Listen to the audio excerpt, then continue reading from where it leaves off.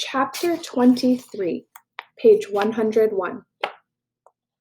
110 years ago, Green Lake was the largest lake in Texas. It was full of clear, cool water, and it sparkled like a giant emerald in the sun. It was especially beautiful in the spring when the peach trees, which lined the shore, bloomed with pink and rose-colored blossoms. There was always a town picnic on the 4th of July. They'd play games, dance, sing, and swim in the lake to keep cool. Prizes were awarded for the best peach pie and peach jam. A special prize was given every year to Miss Catherine Barlow for her fabulous spiced peaches. No one else even tried to make spiced peaches because they knew no one could be as delicious as hers. Every summer, Miss Catherine would pick bushels of peaches and preserve them in jars with cinnamon, cloves, nutmeg, and other spices which she kept a secret.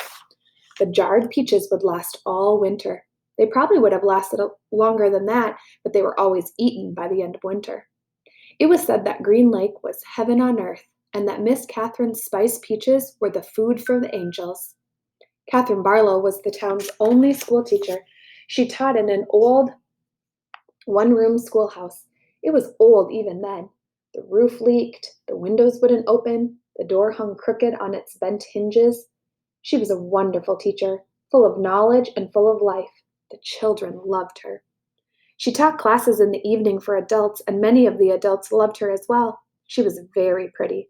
Her classes were often full of young men who were a lot more interested in the teacher than they were in getting an education. But all they ever got was an education. One such young man was Trout Walker. His real name was Charles Walker, but everyone called him Trout because he had 2 feet that smelled like a couple of dead fish. This wasn't entirely Trout's fault. He had an incurable foot fungus. In fact, it was the same foot fungus that 110 years later would afflict the famous ball player Clyde Livingston. But at least Clyde Livingston showered every day. "I take a bath every Sunday morning," Trout would brag, "whether I need to or not." Most everyone in the town of Green Lake expected Miss Catherine to marry Trout Walker. He was the son of the richest man in the county. His family owned most of the peach trees and all the land on the east side of the lake. Trout often showed up at night school but never paid attention. He talked in class and was disrespectful of the students around him. He was loud, too. A lot of men in town were not educated. That didn't bother Miss Catherine. She knew they'd spent much of their lives working on farms and ranches and hadn't had much schooling. That was why she was there to teach them. But Trout didn't want to learn. He seemed too proud to not want to learn. "How'd you like to take a ride in my new boat this Saturday?" he asked her one evening after class. "Nah, no thank you," said Miss Catherine. "We've got a brand new boat," he said. "You don't even have to row it." "Yeah, I know," said Miss Catherine. Everyone in town had seen it and heard the Walkers' new boat. It made a horrible loud noise and spewed ugly black smoke over the beautiful lake. Trout had always gotten everything he wanted. He found it hard to believe that Miss Catherine had turned him down.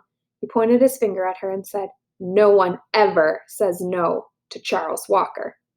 "I believe I just did," said Catherine Barlow. Chapter 24. Stanley was half asleep as he got in line for breakfast, but the sight of Mr. Sir awakened him. The left side of Mr. Sir's face had swollen to the size of half a cantaloupe. There were 3 dark purple jagged lines running down his cheek where the warden had scratched him. The other boys in Stanley's tent had obviously seen Mr. Sir as well, but they had the good sense not to say anything. Stanley put a carton of juice and a plastic spoon on his tray. He kept his eyes down and hardly breathed as Mr. Sir ladled the oatmeal-like stuff into his bowl. He brought his tray to the table. Behind him, a boy from one of the other tents said, "Hey, what happened to your face?" There was a crash. Stanley turned to see Mr. Sir holding the boy's head against the oatmeal pot. "Is something wrong with my face?" The boy tried to speak but couldn't.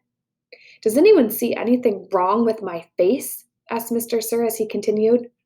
Nobody said anything. Mr. Sir let the boy go. His head banged against the table as he fell to the ground. Mr. Sir stood over him and asked, "How does my face look to you now?"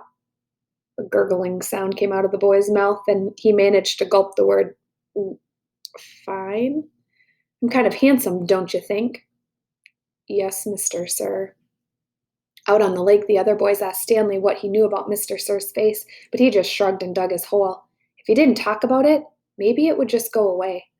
He worked as hard and as fast as he could, not trying to pace himself. He just wanted to get off the lake and get away from Mr. Sir as soon as possible. Besides, he knew he'd get a break. Whenever you're ready, just let me know, Zero had said. The first time the water truck came, it was driven by Mr. Pendanski. The second time, Mr. Sir was driving. No one said anything except, "Thank you, Mr. Sir," as he filled each canteen. No one even dared to look at his face. As Stanley waited, he ran his tongue over the roof of his mouth and inside his cheeks. His mouth was as dry as parched as the lake.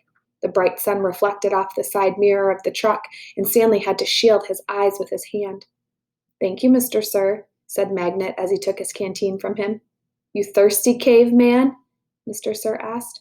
"Yes, Mr. Sir," Stanley said, handing his canteen to him. Mr. Sir opened the nozzle and the water flowed out of the tank, but it did not go into Stanley's canteen. Instead, he held the canteen right next to the stream of water. Stanley watched the water splatter onto the dirt where it was quickly absorbed by the thirsty ground. Mr. Sir let the water run for about 30 seconds, then stopped. "You want more?" he asked. Stanley didn't say anything.